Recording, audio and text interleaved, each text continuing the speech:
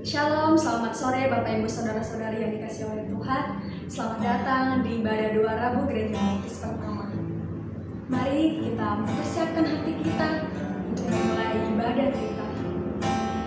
Kita mempersiapkan hati kita, saya beri kesempatan untuk kita bersama sejenak. Kita datang kepada Tuhan dengan penuh kerinduan, dengan penuh penyembahan.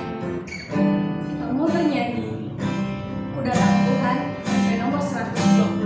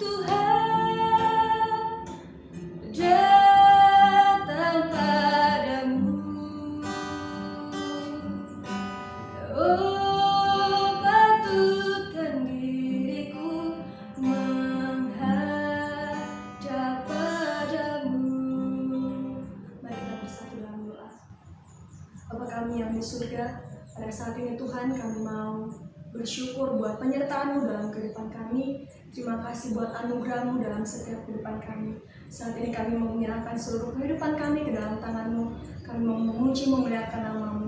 Bahkan kami akan mendengarkan firman-Mu. Terima kasih Tuhan, terima kasih Allah.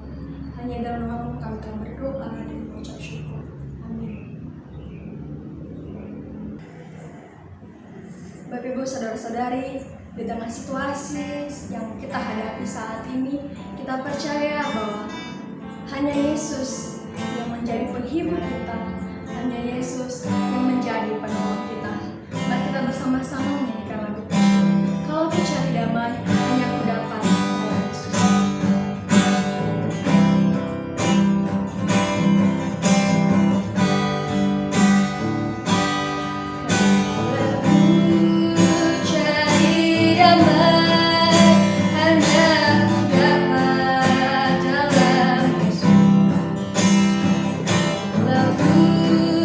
Share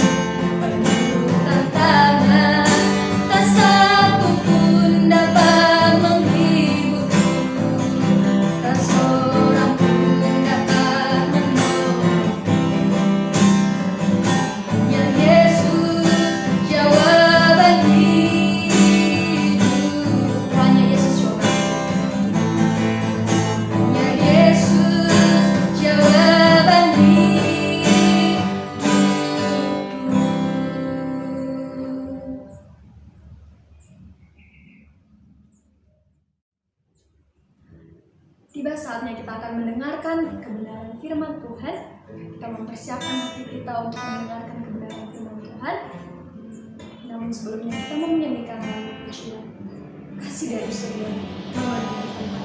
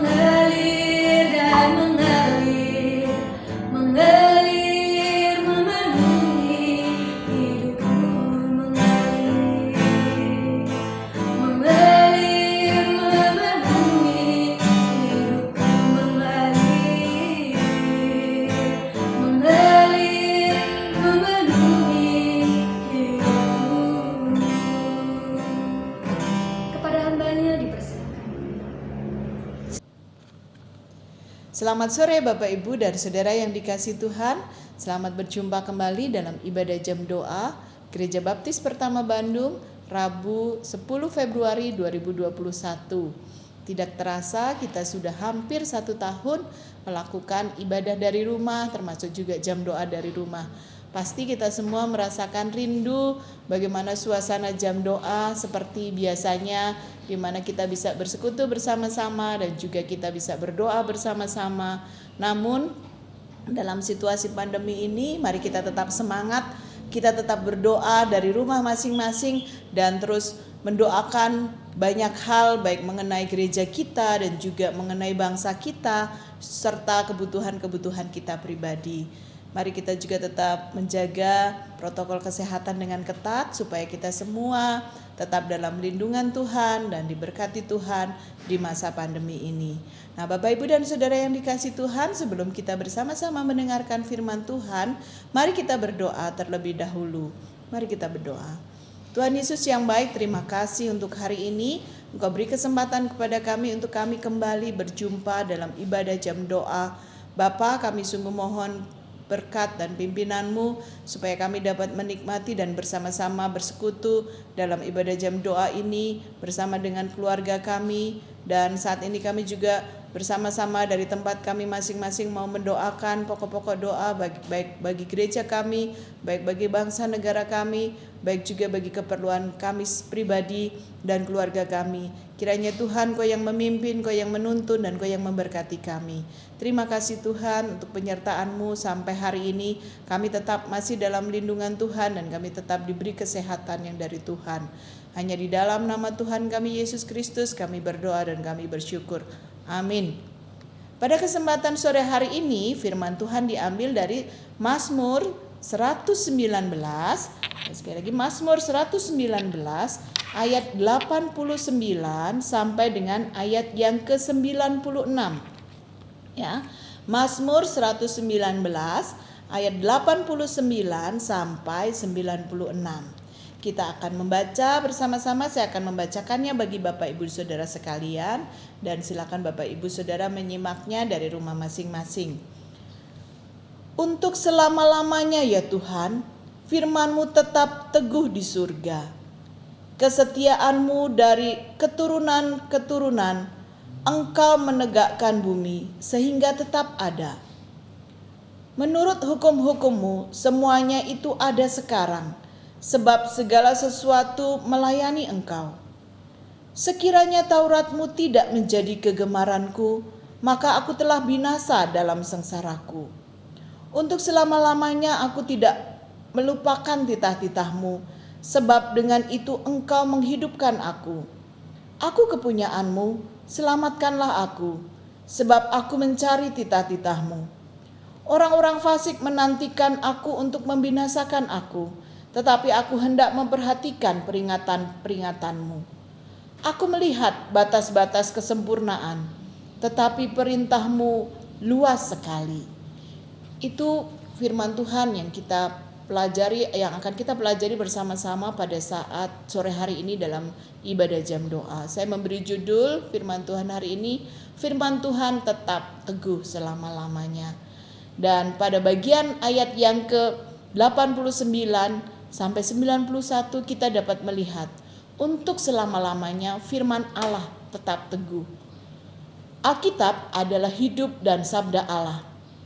Firman Allah tiada salah, benar sepenuhnya, bisa dipercayai, tetap teguh untuk selamanya. Apa bukti-buktinya bahwa firman Tuhan itu benar dan tetap teguh untuk selama-lamanya? Fakta-fakta yang menyatakan bahwa firman Allah itu tetap teguh selama-lamanya adalah kita dapat menjumpai kalau di dalam perjanjian lama, para penulis di kitab perjanjian lama menyadari sepenuhnya bahwa apa yang mereka katakan dan apa yang mereka tuliskan kepada umat adalah benar-benar dari Allah. Maka sering kita jumpai kalau di dalam kitab perjanjian lama, dan saat ini mungkin kita sedang sampai dalam pembacaan Alkitab kronologis dari dalam kitab Keluaran, kita pun menjumpai kata ini. Sering dijumpai kata beginilah firman Tuhan. Dan itu menjadi bukti bahwa firman Tuhan itu benar untuk selama-lamanya, tetap teguh karena itu firman dari Tuhan. Tuhan Yesus sendiri mengajarkan bahwa firman Allah adalah yang diilhamkan sampai bagian yang terkecil. Ia juga menegaskan apa yang dikatakannya semuanya itu dari Bapa dan benar adanya, seperti yang dikatakannya di dalam Yohanes 7 ayat yang ke-16. Saya akan membacakannya bagi Bapak Ibu Saudara sekalian. Yohanes 7 ayat 16. Jawab Yesus kepada mereka, ajaranku tidak berasal dari diriku sendiri, tetapi dari Dia yang telah mengutus aku. Nah, dan ia juga menyatakan bahwa masih ada yang akan datang, yaitu kebenaran yang dinyatakan dalam perjanjian baru melalui Roh Kudus. Dan Itu yang dikatakan Tuhan Yesus mengenai firman Tuhan, bahwa firman Tuhan itu tetap selama-lamanya berasal dari Bapa, sumbernya Allah Bapa, dan benar adanya, tidak ada salah, tanpa cacat, tanpa salah. Dan Paulus juga menegaskan bahwa firman Allah yang itu adalah semuanya diilhamkan oleh Allah, seperti yang dikatakan di dalam 2 Timotius 3 ayat 16. Segala tulisan yang diilhamkan Allah memang bermanfaat untuk mengajar, untuk menyatakan kesalahan, untuk memperbaiki kelakuan, dan untuk mendidik orang dalam kebenaran. Semuanya sangat bermanfaat dan tidak ada salahnya. Karena itu firman Tuhan tetap teguh untuk selama-lamanya. Hal yang kedua, firman Tuhan itu adalah kekuatan hidup kita. Ya, pengalaman Daud dalam perjalanan kehidupannya, ia menjadikan Taurat Tuhan itu sebagai kesukaannya. Dia merenungkan Taurat itu siang dan malam. Dia terus menjadikan firman-Nya atau firman Tuhan itu sebagai pedoman bagi kehidupannya. Kita dapat lihat di dalam ayat yang ke-92 dari Mazmur 119. Daud berkata, "Sekiranya Taurat-Mu tidak menjadi kegemaranku, maka aku telah binasa dalam sengsaraku." Daud menyadari bahwa firman Tuhan itu kekuatan bagi hidupnya dalam ia menjalani hari-hari yang dilaluinya. Persoalan demi persoalan dia hadapi, kekecewaan demi kekecewaan dia alami, tetapi dia tetap berpaut kepada firman-Nya sehingga dia memperoleh kekuatan dan dia dapat melewati setiap kesengsaraan di dalam hidupnya oleh karena kekuatan dari firman Tuhan. Hal yang kedua yang disampaikan Daud dalam ayat 93, dia berkata, dia tidak akan melupakan titah-titah Tuhan. Itulah yang membuat Tuhan menghidupkannya. Ya, kalau di dalam ayat 93 yang tadi ya kita sudah baca bersama-sama, Daud berkata, untuk selama-lamanya aku tidak melupakan titah-titah-Mu. Sebab dengan itu Engkau menghidupkan aku. Daud meyakini dan menyadari bahwa oleh titah-titah Tuhan itulah yang menghidupkan Daud, yang memampukan Daud untuk menghadapi setiap persoalan di dalam hidupnya. Tanpa firman Tuhan, dia tidak akan mampu menghadapi masalah-masalah, kesengsaraan, dan juga mungkin di dalam hatinya ada kekecewaan-kekecewaan. Tetapi dia berkata, untuk selamanya aku akan memperhatikan titah-titah-Mu. Dan oleh karena itulah Allah menghidupkan aku. Firman Tuhan, kekuatan hidup kita. Yang berikutnya, dia menyadari ya di dalam ayat yang ke-94 Daud berkata, aku kepunyaan-Mu, selamatkanlah aku, sebab aku mencari titah-titah-Mu. Daud sangat mengenal siapa Allahnya. Dia juga menyadari bahwa dia adalah umat kepunyaannya.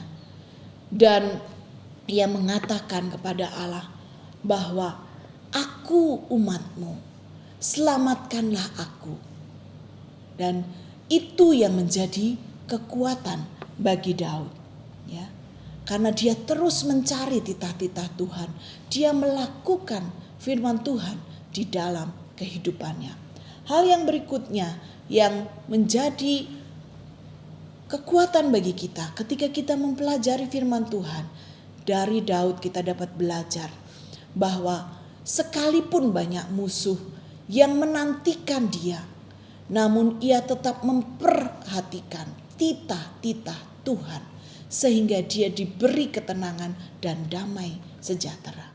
Bapak, Ibu, dan Saudara yang dikasihi Tuhan, marilah kita terus menjadikan firman Tuhan yang tetap teguh selama-lamanya itu sebagai pedoman bagi hidup kita, sebagai kekuatan yang akan memampukan kita menjalani kehidupan kita dan hari-hari kita yang mungkin penuh dengan berbagai macam pergumulan. tetaplah bersandar kepada firman Tuhan. Bacalah firman Tuhan setiap hari, renungkan itu dan lakukan di dalam kehidupan kita sehari-hari. Dan itu yang akan menjadi kekuatan bagi hidup kita. Hal yang ketiga yang dikatakan oleh pemazmur dalam Mazmur 96, dia berkata, "Aku melihat batas-batas kesempurnaan, tetapi perintahmu luas sekali." Pemazmur atau dalam hal ini Daud melihat bahwa firman Tuhan itu luas sekali. Perintahmu luas sekali. Firman Tuhan bukan hanya memberikan penjelasan ataupun memberikan bukti penciptaan alam semesta, tetapi di dalamnya juga ada nilai-nilai etika dan moral. Namun yang terlebih daripada itu, firman Tuhan juga menyatakan karya penyelamatan umat manusia melalui Tuhan kita, Yesus Kristus. Karena itu firman Tuhan itu sangat luas, tidak terpahami, tidak terselami oleh pikiran kita. Semuanya itu hanya bisa kita pahami melalui iman. Firman Tuhan bukan hanya berbicara pada masa lalu, yaitu masa perjanjian lama, namun juga pada masa perjanjian baru, masa sekarang, dan yang akan datang. Ada penjelasan, kita dapat tahu mengenai akhir zaman, semuanya dari firman Tuhan. Karena itu Bapak, Ibu, dan Saudara yang dikasihi Tuhan, marilah kita terus menjadikan firman Tuhan sebagai pedoman bagi hidup kita, kekuatan bagi hidup kita. Firman Tuhan harus diterima, dipercaya, dan ditaati dengan iman. Kita tidak dapat tunduk kepada Tuhan Yesus Kristus tanpa tunduk kepada Allah dan firman-Nya sebagai kekuatan tertinggi di dalam hidup kita. Firman Tuhan dapat dimengerti hanya bila kita memiliki hubungan yang dekat dengan Tuhan melalui pimpinan Roh Kudus. Dan yang ketiga, kita harus menggunakan firman Tuhan untuk mengalahkan kuasa dosa, iblis, dan juga godaan dari dunia ini dalam menjalani kehidupan kita. Yang keempat, firman Tuhan harus dikasihi, dihargai, dibaca, direnungkan, dan dilakukan di dalam kehidupan kita.